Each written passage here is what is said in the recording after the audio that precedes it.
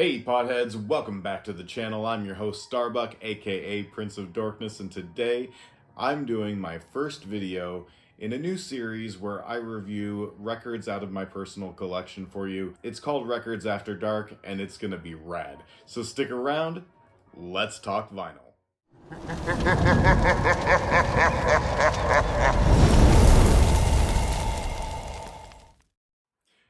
Hey potheads, thanks for coming back to the channel. Make sure that if you haven't already subscribed that you do that now, and go ahead and hit that like button and ring the bell for notifications so you know when I have new videos being posted. I'll give you a minute. Alright, thanks so much for joining me today, guys. This is my first Records After Dark, and my collection, I like to have a focus on kind of obscure niches. Particularly, I like film soundtracks, video game soundtracks, particularly horror movie soundtracks. So I'll be talking about those things a lot. In tonight's record review, we're going to be talking about a composer that I'm sure I will bring up a lot on the show, and that is Richard Band. So Richard Band has written some of my favorite horror movie soundtracks. He has done the soundtracks to Terror Vision, The Reanimator, Bride of the Reanimator, the Puppet Master series. There's just so much. I'm forgetting dozens of films that he scored, and every one of them is wonderful and unique in its own way. In this record for this evening, this is the Ghoulies soundtrack from the mid-1980s film, and in the liner notes, Richard Band talks specifically about the remastering and the recreation of this album, and a little bit about its production and how during the 1980s, based on the success of Gremlins, the same studio that was producing this film had pushed up production dates, and he had only 2 weeks to score the film. And based on the budget that he had, he was only able to make about 30 minutes worth of music, which still left him with half of the film left to score. So he describes how part of the soundtrack was actually taken from a couple of other films that he scored,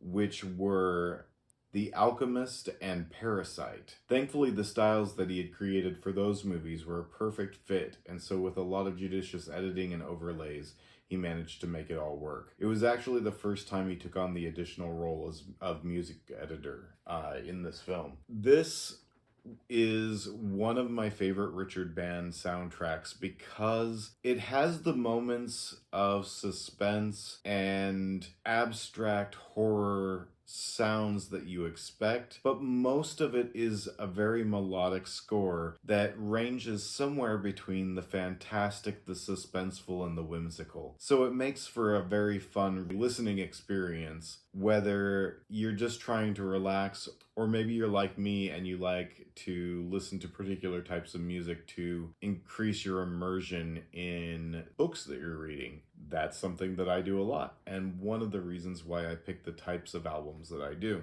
This album is an orchestra score, so it uses your traditional orchestra sounds and instruments. It is dynamic, it is fun, and it is an absolute joy to listen to. Now, that being said, I'd like to let everyone know right now, I am not an audiophile by any means. In fact, I use Bluetooth with my turntable. I'm so sorry. Feel free to roast me if you'd like. I enjoy collecting the vinyls because I enjoy the physical media, I enjoy the liners, I enjoy the album designs, and it just kind of takes me back to a time when it was more fun to be a music listener. So this is an album that I'm pretty sure you can still find, and if it is out of print, it's probably still relatively accessible. But it's a fantastic record. It's a wonderful vinyl, and I hope that you guys have some of the appreciation for these obscure 1980s soundtracks that I do.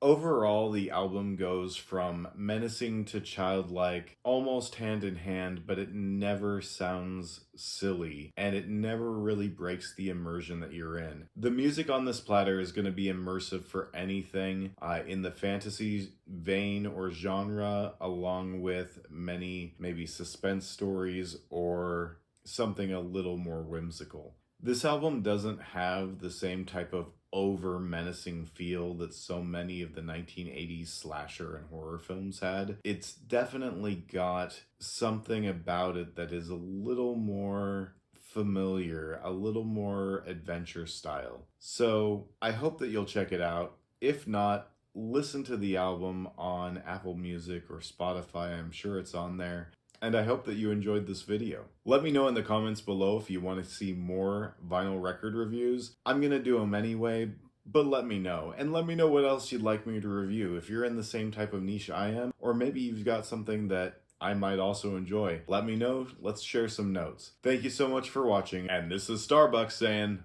I'll catch you on the flip side.